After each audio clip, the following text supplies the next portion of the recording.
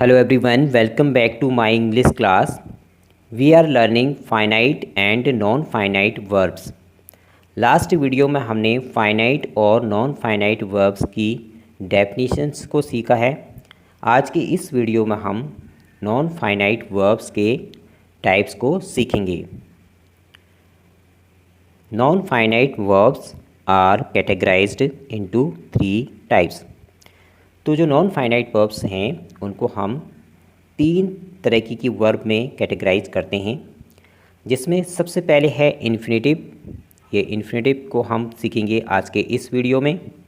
इसके बाद जो इसकी दूसरी वर्ब होती है नॉन फाइनाइट, उसे कहते हैं जेरेंड, और एक जो लास्ट तीसरी नॉन फाइनाइट वर्ब है उसे कहते हैं पार्टिसिपल।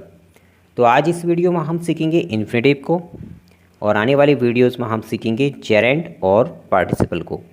तो आप इस वीडियो को पूरा देखिए और आज के इस वीडियो में इन्फिनेटिव को आप अच्छी तरह से सीखिए और आने वाली वीडियोस में आप जेरेंड और पार्टिसिपल को सीखेंगे।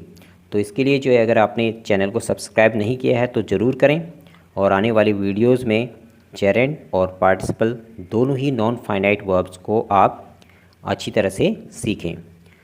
तो अब क्या होता है इन्फिनेटिव, इसको सीखेंगे। These are base verbs with और विदाउट टू। तो जो बेस वर्ब होती है, यानी कि जिसे हम कहते हैं वर्ब की फर्स्ट फॉर्म, तो ये वर्ब की फर्स्ट फॉर्म होती हैं विद और विदाउट टू, यानी कि टू इसके साथ होता है। टू के साथ इस वर्ब की फर्स्ट फॉर्म को यूज किया जाता है। इस वर्ब को हम इन्फिनेटिव कहते हैं। These are also called verbal noun, और इसको हम verbal noun भी कहते हैं। An infinitive, a verb is used to say why someone does something, और इस verb का यूज़ किया जाता है why someone does something, मतलब किसी ने कोई वर्क, कोई चीज़ क्यों की, उस सेंस में हम इस infinitive verb का यूज़ करते हैं। अब हम इसको एग्जाम्पल से सीखेंगे। सी केम वो आई, क्यों, हमने यहाँ पर बोला था क्यों। तो to play, to meet, to read, तो यहाँ पर हम कोई दूसरी वर्ब भी यूज़ कर सकते हैं। तो ये हो गई हमारी टू के साथ जो वर्ब है, इसे कहते हैं हम इन्फिनेटिव वर्ब। तो यहाँ पर 2 वर्ब होंगी, जैसे एक वर्ब ये है, जो दूसरी वर्ब है हम उसको टू से यहाँ पर टू से जोड़ते हैं और इसे हम कहते हैं infinitive verb. He wants two by a new car, तो यहाँ पर जो है वो टू बाई जो है ये है हमारी इन्फिनेटिव वर्ब, या इसे हम नॉन फाइनाइट इन्फिनेटिव वर्ब कहते हैं। अब हम यहाँ पर जो है इसके आगे सीखेंगे। We want to learn English, तो यहाँ पर टू लर्न जो है ये हमारी हो गई इन्फिनेटिव वर्ब, यानी कि 2 वर्ब होंगी और एक सेंटेंस में 2 वर्ब होंगी। तो जो दूसरी वर्ब है उसको हम टू से ऐड कर देते हैं, जैसा कि हमने पिछले वीडियो में सीखा था।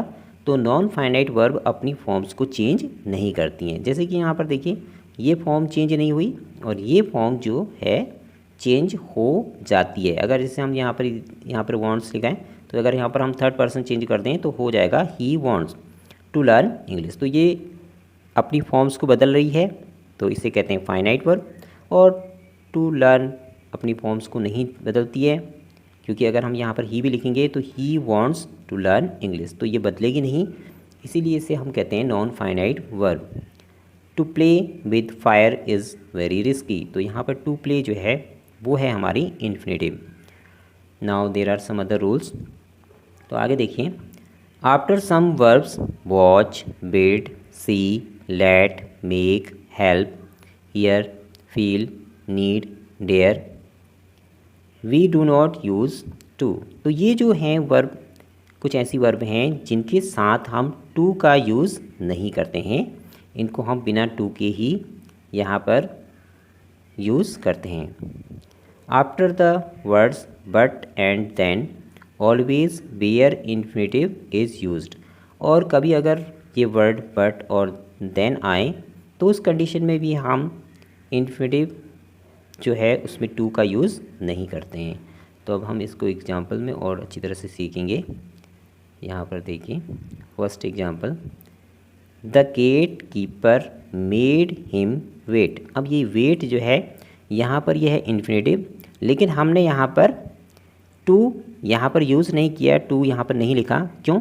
क्योंकि यहाँ पर देखिए ये जो वर्ब है ये जब भी आएंगी इनके साथ हम टू का यूज़ नहीं करेंगे। तो जैसे यहाँ पर मेक है ना, मेक की सेकंड फॉर्म है मेड, तो इसलिए यहाँ पर हमने टू यूज़ नहीं किया। यहाँ पर ऑब्जेक्ट लिखा, उसके बाद हमने यहाँ पर वर्ब को यूज़ किया है और टू का यूज़ नहीं किया है।